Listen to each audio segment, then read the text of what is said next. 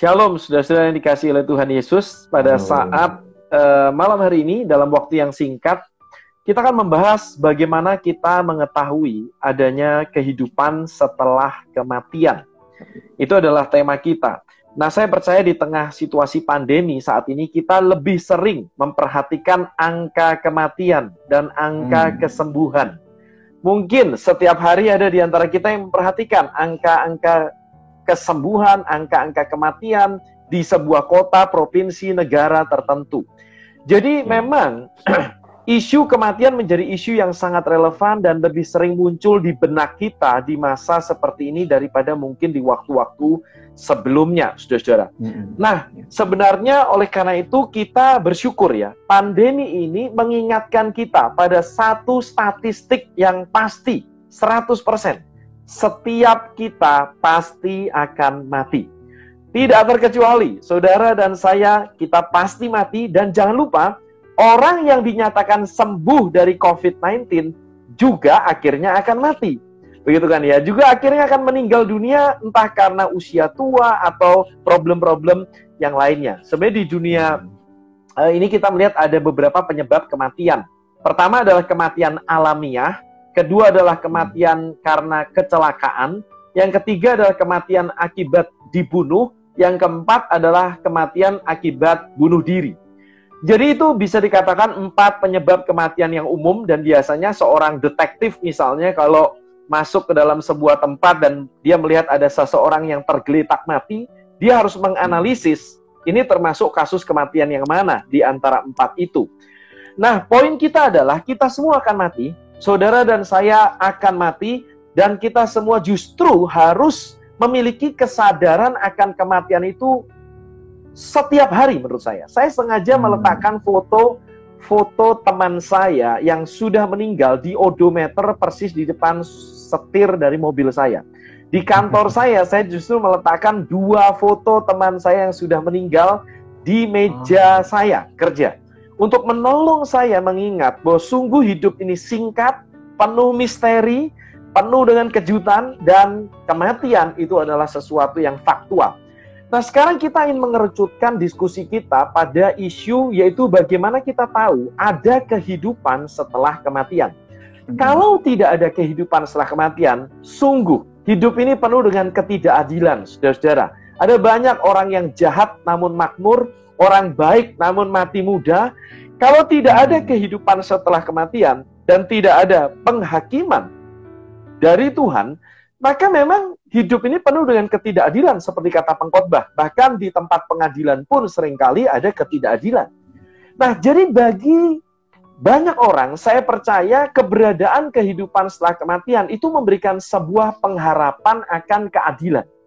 Pengharapan akan keadilan, yaitu begitu banyak ketidakadilan di dunia ini akan diluruskan oleh Tuhan setelah kita mati. Ya, yang tadi saya sebutkan ketika orang jahat hidupnya tapi makmur dan sehat di dunia, orang-orang seperti itu akan dihukum oleh Tuhan. Ketika memang ada kehidupan setelah kematian dan ada penghakiman. Tanpa adanya kehidupan setelah kematian, tidak ada keadilan ultimat atau tidak ada keadilan tertinggi. Nah, setidaknya di dalam kaitan dengan pandangan kehidupan setelah kematian, itu ada 3 pandangan yang umum di sekitar kita. Yang pertama adalah kaum ateis atau naturalis, istilah yang lebih akademis, yang menolak adanya kehidupan setelah kematian. Jadi mereka tidak percaya adanya kehidupan setelah kematian. Nah, pandangan yang kedua adalah kaum yang lebih moderat, ya, lebih dekat dengan itu, tapi mengatakan tidak tahu ada atau tidak kehidupan setelah kematian. Ini kaum agnostik istilahnya. Jadi mereka mengatakan kita tidak tahu. Bukan cuma kami tidak tahu, kita semua tidak tahu apakah ada kehidupan setelah kematian atau tidak. Ini kaum agnostik. Nah, kelompok yang ketiga adalah kelompok yang beragama. Nah, orang-orang yang beragama, apapun agamanya, secara umum percaya adanya kehidupan setelah kematian. Walaupun setiap agama memiliki kepercayaan yang berbeda-beda tentang bagaimana sifat atau wujud dari kehidupan setelah kematian. Setiap agama tidak memiliki kepercayaan yang sama tentang kehidupan setelah kematian. Ada yang percaya pada kelahiran kembali, rebirth. Ada yang percaya pada reinkarnasi. Ada yang percaya pada nirwana, moksa. Ada yang percaya pada surga dan neraka, tapi versinya berbeda dengan Kristen.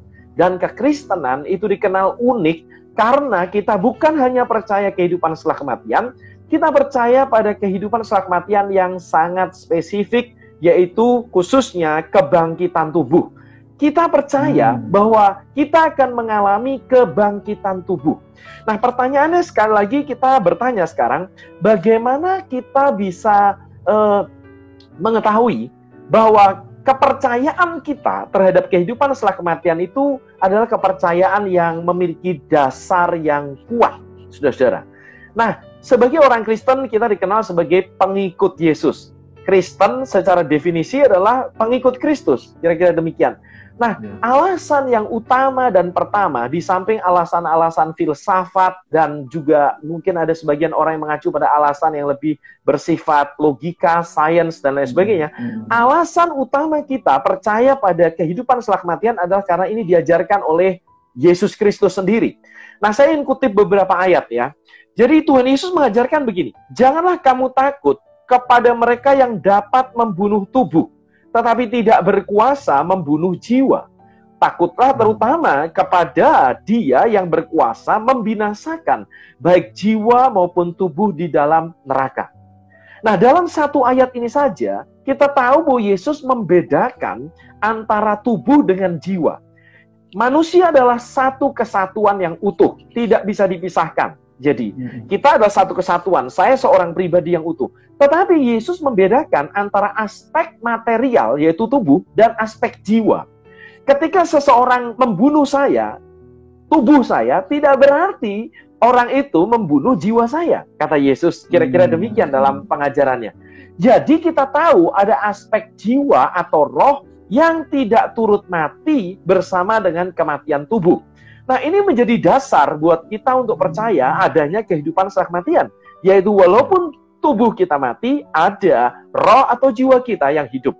Nah, juga di dalam Lukas 23 ayat yang ke-43, Yesus berkata demikian, Aku berkata kepadamu, sesungguhnya hari ini juga engkau akan bersama-sama dengan aku di dalam Firdaus.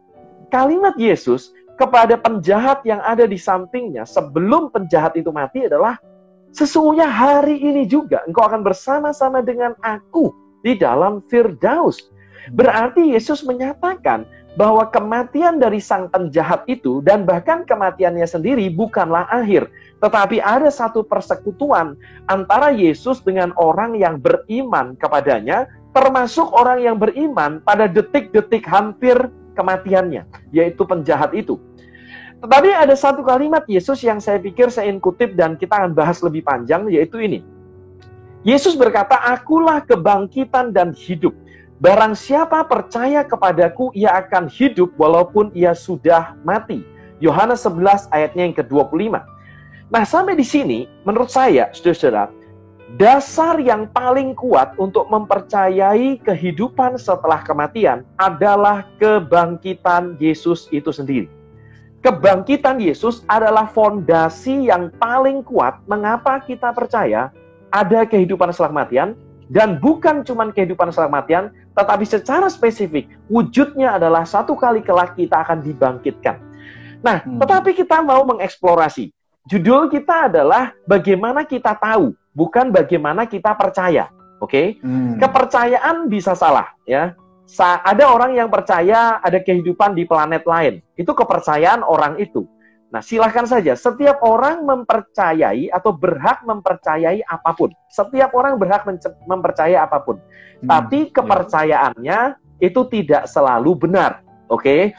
Kalau Anda mau percaya Superman ada, silahkan saja. Tapi bukan berarti Superman benar-benar ada.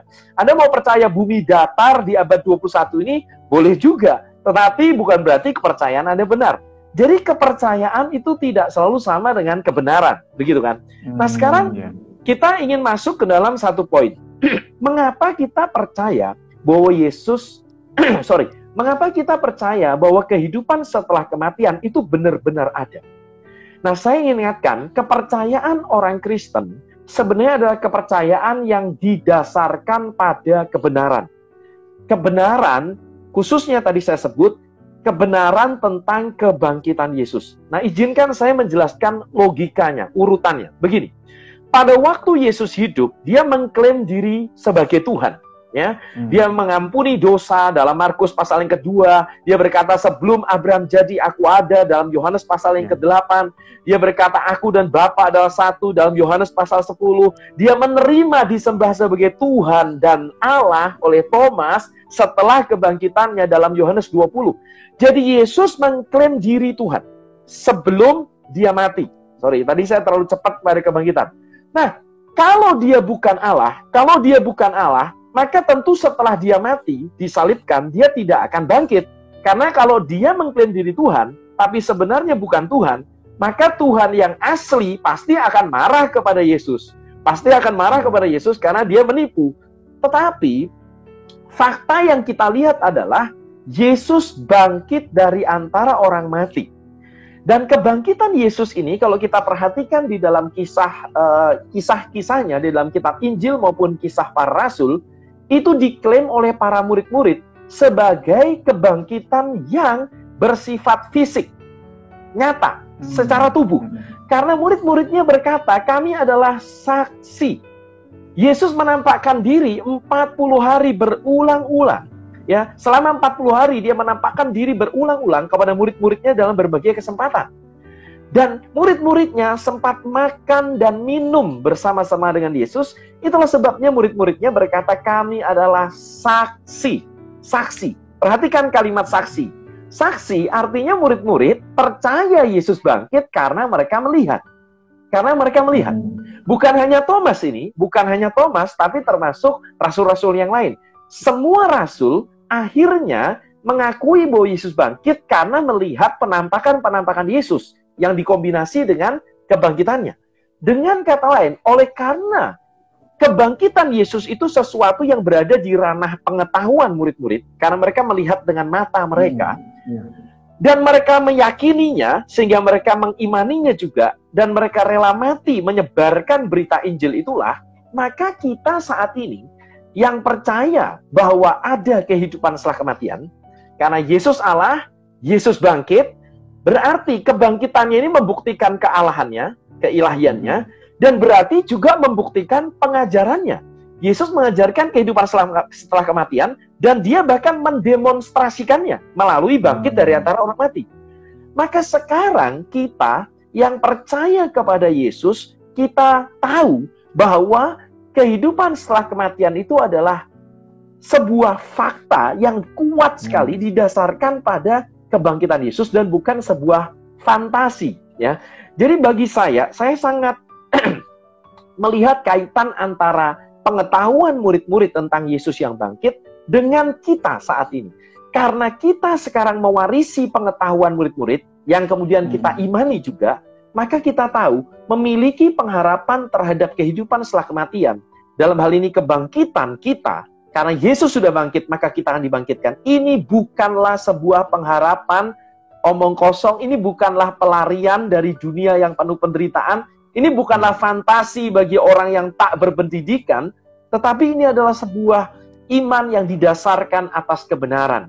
Nah, saudara, implikasinya menjadi kuat sekali. Kalau memang benar iman kita ini kita yakini dengan sungguh-sungguh, maka kita akan memiliki kehidupan yang berbeda.